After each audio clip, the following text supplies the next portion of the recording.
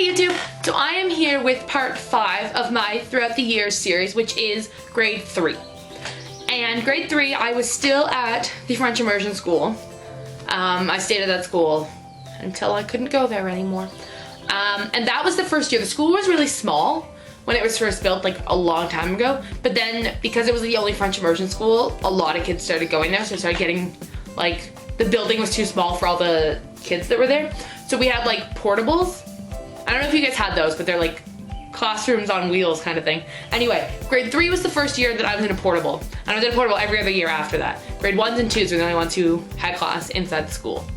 And I remember being in a portable was like the coolest thing in the world. Like, looking back, I'm like, ugh, that sucked. But at the time, like, you got to be in a portable, you were the luckiest person in the world. Grade 3 wasn't really a good year for me, like, friend-wise. I don't really know what happened. None of my good friends were in my, like, none of my good friends from the previous year were in my class. And with my school, like, if you weren't in the same class, you didn't really hang out. Like, even at recess or whatever, like, maybe you would, like, invite them to your birthday party. But, like, you were, like, if they weren't in your class, you weren't as close. And grade 3, I don't really know, none of my, like, really good friends from previous years were in my class that year. So that kind of sucked. Although a lot of people that, like, I remember being in the same class with, like, all the way up to grade 8 were in my class that year, but they weren't really, like, my good friends. That year, grade 3, was also the year that I got my other dog, Bailey, who's the one I still have.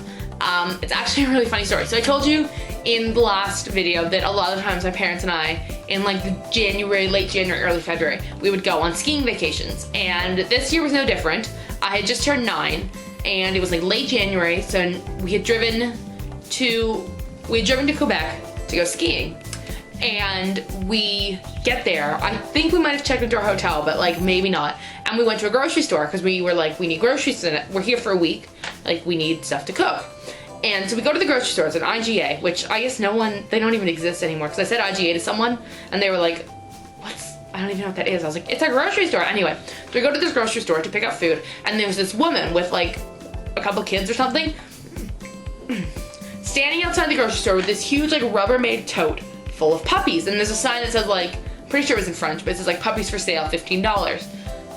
And so we stop, me and my mom are like, oh, we have to stop. My dad's like, ugh. So we, like, pick up all the puppies and we look at them and we start talking to the woman, and she doesn't really speak English, but I speak pretty good French, and so does my mom. Speaks passable, like, pretty decent French. So we start talking to her, and she was like, oh, my dog had puppies and we can't have 10 dogs, so we're selling them just for $15. She tells us, like, the breed of the mother and the father, blah, blah, blah. And, like, we're looking at these puppies like, oh, they're so cute, we want one. Anyway, but at this point we already had 2 dogs, Oreo and Sundance, that I told you about.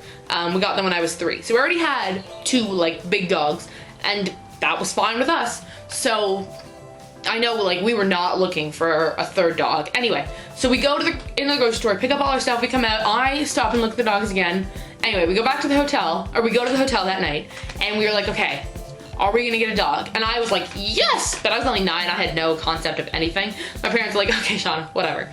And they started talking about it, and they were like the logistics of, like, could we afford a 3rd dog? Could we fit a 3rd dog? Do we have time for a 3rd dog? My mom was like, well, walking 3 dogs is no different than walking 2 dogs. Feeding 3 dogs is no different than feeding 2 dogs. Like, time-wise, it wasn't a big deal. Anyway, so we decided that, like, we were like, okay, if we can find this woman, if she still has any dogs, we'll buy one. It's only $15, we can work it out. So we go back to the grocery store the next day, and it's a Sunday. And, like, in this, I don't know if it's just all this area, I don't know, but Sunday was like a no one does anything kind of day. So the woman is not there. So we go into the grocery store, me and my mom, because we're the ones who speak French. My dad doesn't speak any French, and we're in Quebec, where everyone speaks French. So we go into the grocery store, and we start talking to just, like, one of the cashiers or something, and we explain, like, we were here yesterday, there's this woman selling puppies, like, we don't know her name, we don't know who she is, we don't know anything about her. If she comes back, this is the number of where we're staying, we want to talk to her. And the cashier's kind of like, I don't know what you're talking about. And we were not hopeful. Like, I remember leaving and being like, we're never gonna hear from them. Anyway, I don't know what day it was, Monday or Tuesday, we get a call, and it's this woman, and she had gone to the grocery store, and someone had figured out that she was the person we were looking for. Anyway, she calls us and says she has 2 dogs left, and describes which 2 they are. and asks if we want to come see them. So she gives us her address, tells us how to get to where she lives in this town. So we go there, and there are the two, like, there's a lot of puppies there, but there's the two that are not spoken for yet. And they're both like this creamy, white kind of tan color.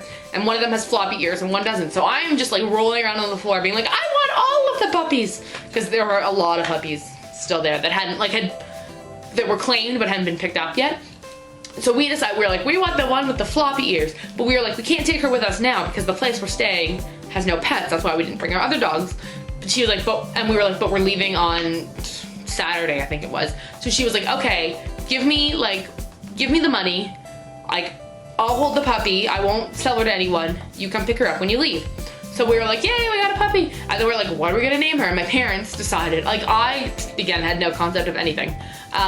So my parents decided to name her Bailey because she was the same color as Bailey's Irish Cream.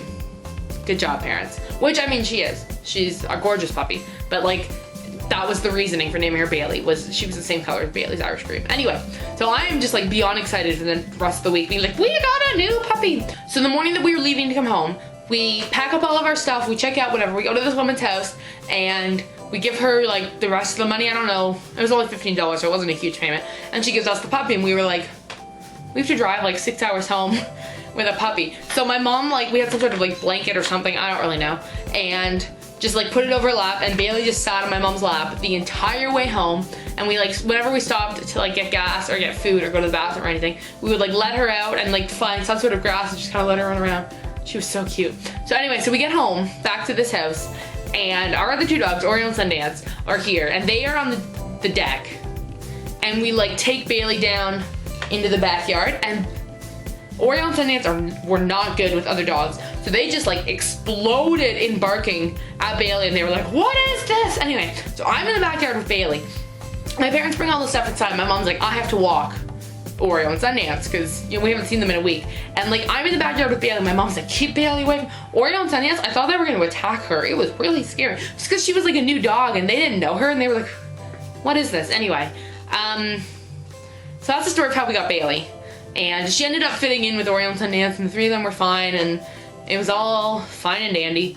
And, okay, other, like, sidebar. So we got Bailey, she was born in December, we got her in January. So there was snow, but there wasn't really any water. And at our cottage, we were like in the water all the time. So Oreo and Sundance like really liked swimming, and they were definitely like water dogs. So we were like, we hope Bailey's a water dog. And I remember walking her one day, probably like March, when the snow started to melt, and there was like a big puddle in the sidewalk, and like Oreo and Sundance would just like walk through it, no big deal, because they were like, we love water. Bailey like tiptoed around it, like the puddle was taking up the entire sidewalk, and she just like tiptoed around it. And I remember looking at my mom being like, she is gonna hate water. And we were actually like really nervous that she wasn't gonna enjoy the water, but she did. She was a little more cautious around like the water at the cottage than Oreo and Sundance were, but like she still loved it. She was best kind with the water, and she still is. So she's the only one of my three dogs we still have. She just turned 13 in December. She's an old girl. Yeah, so that's the story of how I got Bailey. I got her when I was in grade 3. That was the year. Okay, I told you that we went to Portugal a few times. We had met this really nice couple. They lived in the UK.